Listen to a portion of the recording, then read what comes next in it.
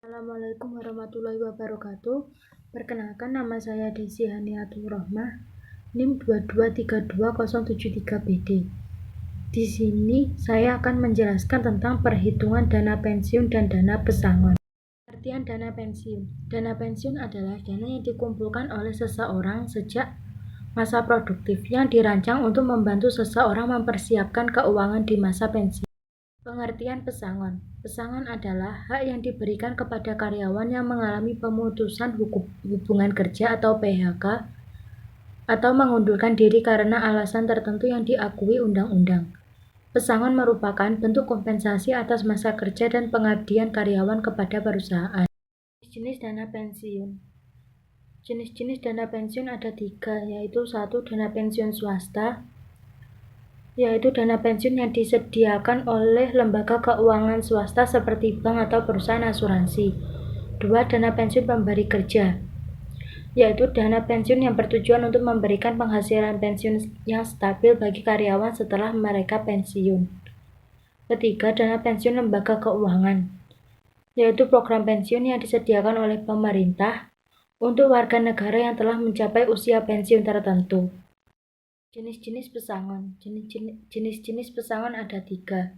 Di antaranya 1. Uang pesangon, yaitu hak utama karyawan yang mengalami PHK atau mengundurkan diri seperti tunjangan transportasi, kesehatan, tunjangan jabatan, dan tunjangan makanan. Kedua, uang penghargaan masa kerja atau UPMK, diberikan kepada karyawan yang mengundurkan diri karena alasan tertentu, seperti pensiun, cacat total, meninggal dunia, atau diberhentikan dengan hormat. 3. Uang penggantian hak atau UPH, diberikan kepada karyawan yang mengalami PHK dan belum menerima haknya, seperti cuti yang belum diambil, gaji yang belum dibayarkan, dan lain-lain. Perhitungan dana pensiun.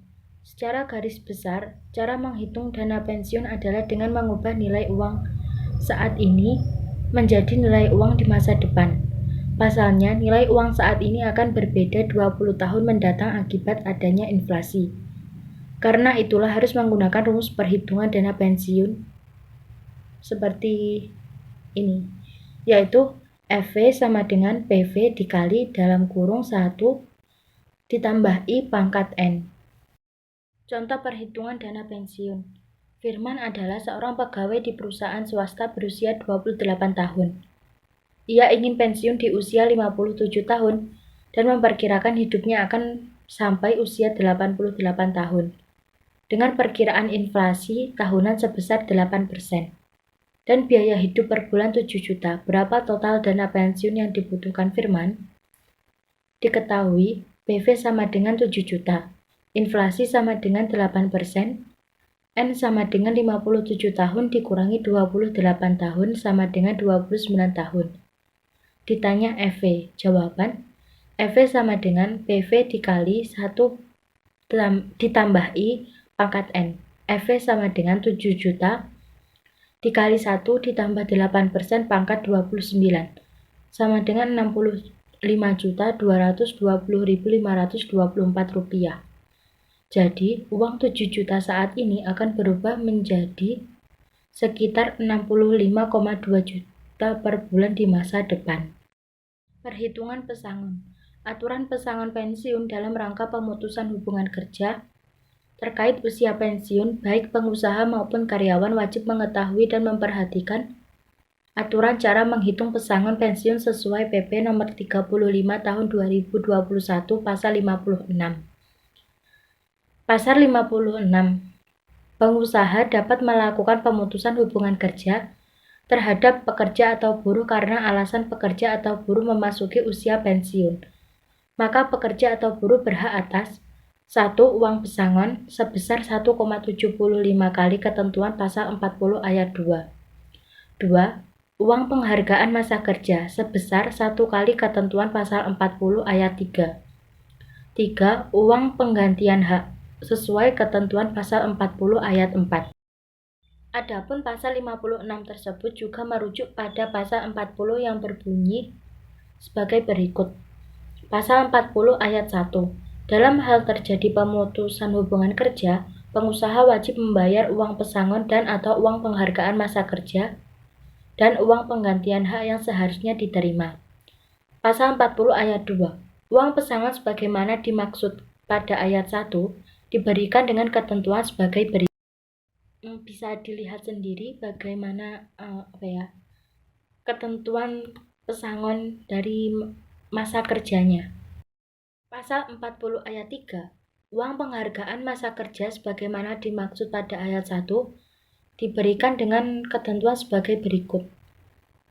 Misalnya, masa kerjanya 3 tahun lebih, tetapi kurang dari 6 tahun, maka upah pesangon sebesar 2 bulan gajinya. Pasal 40 ayat 4. Uang penggantian hak yang seharusnya diterima sebagaimana dimaksud pada ayat 1 meliputi A. Cuti tahunan yang belum diambil dan belum gugur. B. Biaya atau ongkos pulang untuk pekerja atau buruh dan keluarganya ke tempat di mana pekerja atau buruh diterima bekerja. Dan C. Hal-hal lain yang ditetapkan dalam perjanjian kerja, peraturan perusahaan, atau perjanjian kerja bersama. Contoh perhitungan pesangon. Misalnya, Rea telah mengabdi selama 20 tahun dengan gaji bulanan 15 juta.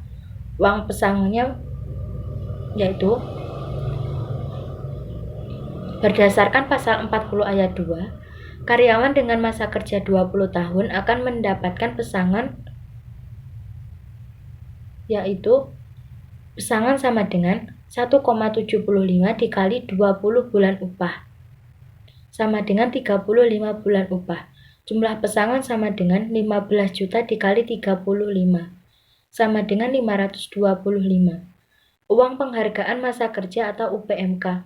Sesuai pasal 40 ayat 3, karyawan dengan masa kerja 20 tahun akan mendapatkan pesangon. Penghargaan masa kerja sama dengan 20 bulan upah. Jumlah penghargaan masa kerja 15 juta dikali 20 sama dengan 300 juta. Uang penggantian hak atau UPH, termasuk cuti tahunan, biaya pulang, dan hak lain sesuai pasal 40 ayat 4. Perhitungan pesangon dapat dilakukan secara otomatis dengan menggunakan program pensiun, sehingga dapat mengurangi potensi kesalahan dan memastikan karyawan menerima haknya secara akurat. Jadi, Rea berhak atas total 525 juta berupa pesangon dan 300 juta berupa penghargaan masa kerja, dan hak lainnya sesuai peraturan perusahaan. Sekian, terima kasih penjelasan dari saya tentang perhitungan dana pensiun dan pesangon. Kurang lebihnya mohon maaf. Wassalamualaikum warahmatullahi wabarakatuh.